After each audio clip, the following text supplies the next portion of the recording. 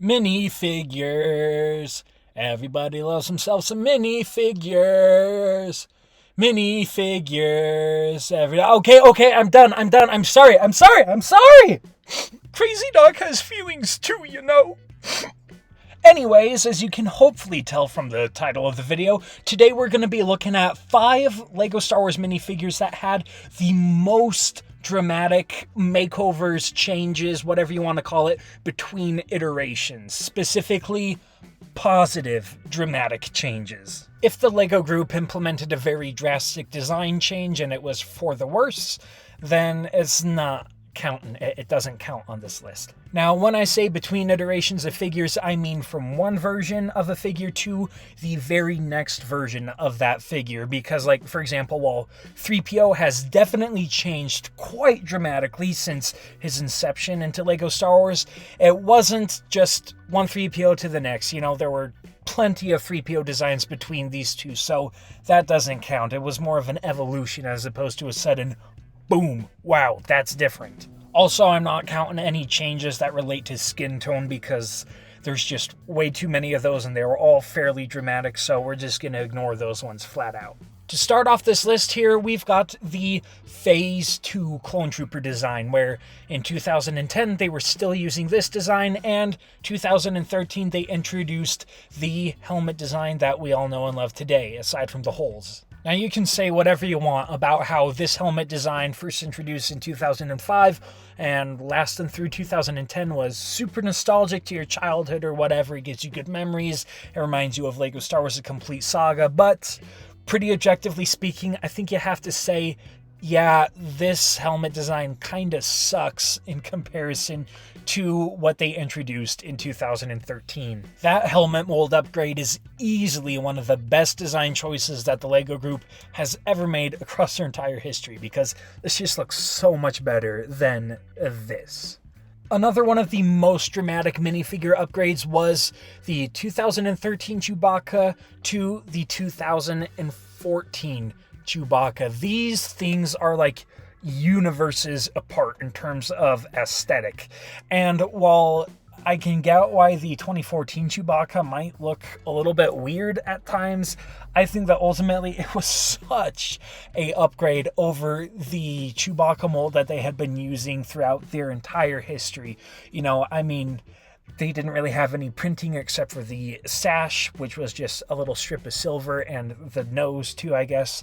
But overall, I think that going from this to this is very dramatic, and definitely it was a change for the better. Up next is the Jango Fett / Boba Fett glow up from the mid-2000s when they changed the Mandalorian helmet mold. I think that was a total game changer. I mean, you know, I wasn't really into LEGO Star Wars until around 2012, 2013, so like, I do not like these helmet molds at all. I really do not like the design.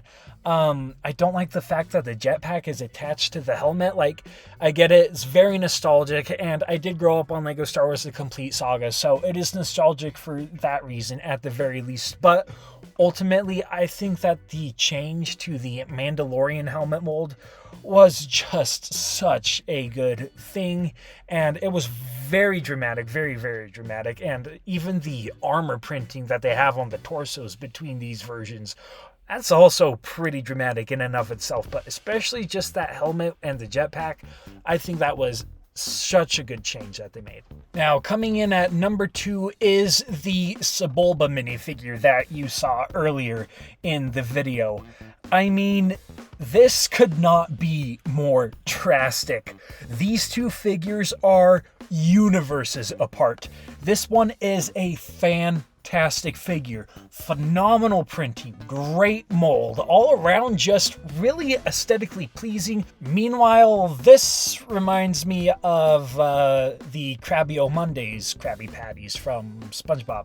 Except, of course, they didn't even take the time to spray paint it to make it at least look palatable. Now, before we get on to number 1, I've got 3 honorable mentions for you guys. The first of those being the 2005 to 2014 41st Legion Clone Trooper. I mean, this is such a huge difference in quality here.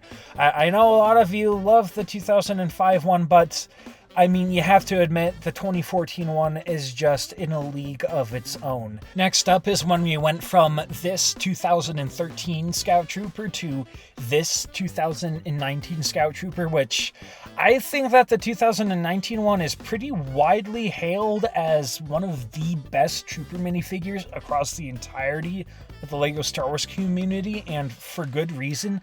That thing is amazing. So yeah, definitely a fantastic glow up there. This last honorable mention isn't super dramatic, but I still think that when they changed Darth Vader's helmet design was a total game changer. I mean, the 2015 helmet design compared to the 2014 one is so much better. So yeah, not super dramatic, but still quite significant in my opinion. Anyways, now number one. Of course, anybody who knows anything about LEGO Star Wars saw this one coming. It's gotta be Jabba the Hutt. That went from this in 2006 to this in 2012. I mean, like, I know that in-universe Jabba is supposed to be grotesque and just ugly, but like, this is grotesque and ugly in a bad way. This is grotesque and ugly in a good way, as in it actually looks good. It looks like Jabba, and it's far more aesthetically pleasing, and it's just all around such a massive change in the figure design, and it just looks so much better. You know, usually I'll give some disclaimer where I'll say, but this is all just my opinion, but in this case, no, this is the correct opinion to have. If you think that the 2006 Jabba looks better than the new Jabba, you need to go and get your brain checked out. I'm sorry, that's just how it is. Anyways, that's what I consider to be the 5 most drastic changes from one version of a Star Wars minifigure to the next. Let me know if you think that I missed any important ones, if you would boot any of the items on this list off to make room for a different glow up or drastic change. I look forward to hearing your thoughts in the comments. If you enjoyed this video, you can subscribe, and you don't have to admit it to your therapist. You know, it's a win-win situation for everybody. Just subscribe and like the video, man. Come on.